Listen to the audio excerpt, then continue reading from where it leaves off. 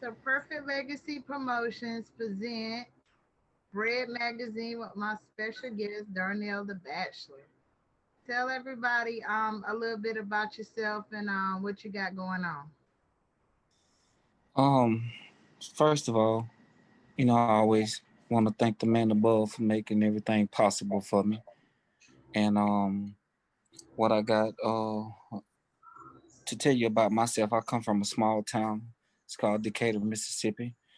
Um, I was born and raised as a PK, so being a preacher kid, it wasn't easy. I couldn't do things like other kids do. I had to be in the house before the street lights came on. Some places I could go and a lot of places I couldn't. But and I started off singing in the church, and what I got going on now. I just I released my first album was called Back to My Roots. So I left from one place in my life to go back to my roots, where it all began in Mississippi, and I just released my second album titled Mississippi Roots. So now I'm telling you about the roots of Mississippi. Okay. Um, how was it like growing up in Mississippi? How was that like?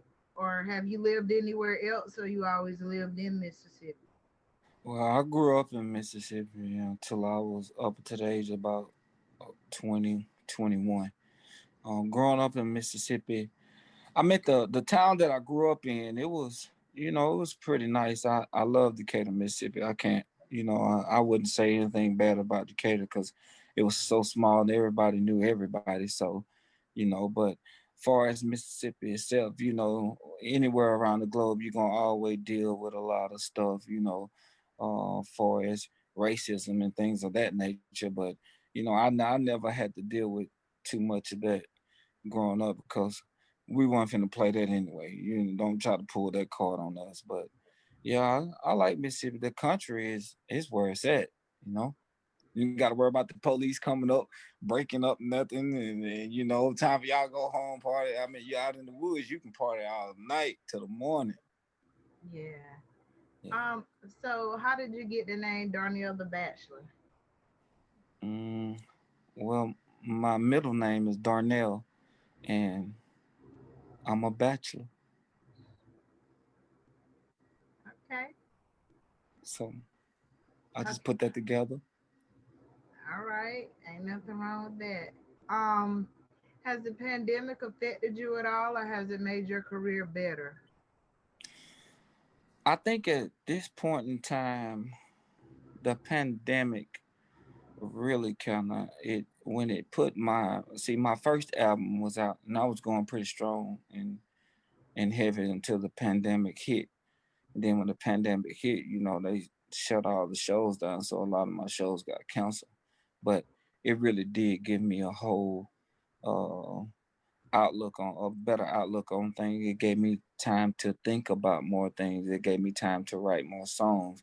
It gave me time to get in contact with more people and start to be affiliated with Southern Soul and who's in Southern Soul and the type of music.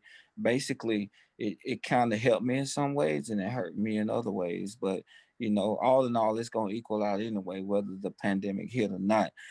But it really did give me some time to just regroup and kind of move forward on to my second project. Okay.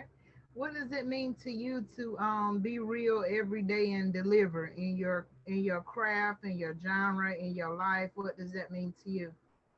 To be real, man, I am dedicated. I mean, like, this music is my life. Like I said, I've been singing all my life, and everything. If you're not a real person, then if I really don't want to be around you. I don't want to associate myself with people that aren't real. So, I try to be real myself. And and matter of fact, I'm not gonna say try. I am real myself. So, I expect others to be real around me. So everything I do, I try to do it on point. I try to be on time, be the way I'm supposed to be. I still got my military mindset as well. Hey, be where you're supposed to be on time, and in my craft, I'm dedicated to it, and I'm pushing forward with it. how did it come about, and how did it make you feel when you found out that you was nominated for a few awards? How did that make you feel? And it made me feel good. It made me feel happy because the I guess when when people put in work, when you put in work and when you're doing something that you're dedicated to and you put in your time, and sometimes you have like family that that you're away from sometimes, and and you're working hard to try to make it to a certain point in time, and then when you see that you got nominated for an award, you like, man, all this hard work done paid off. So it really made me feel good, and I actually won that Texas Southern Soul Award, Soul for Voice of the Year. Okay, Hmm. definitely great. Well, we're definitely glad to have you here, a part of Bread Magazine. When the interview come out in a couple of days, I'll make sure you get the link. Make sure you like and subscribe and tell all your friends. And this will be available on Bread TV, on Roku, and Smile World TV too.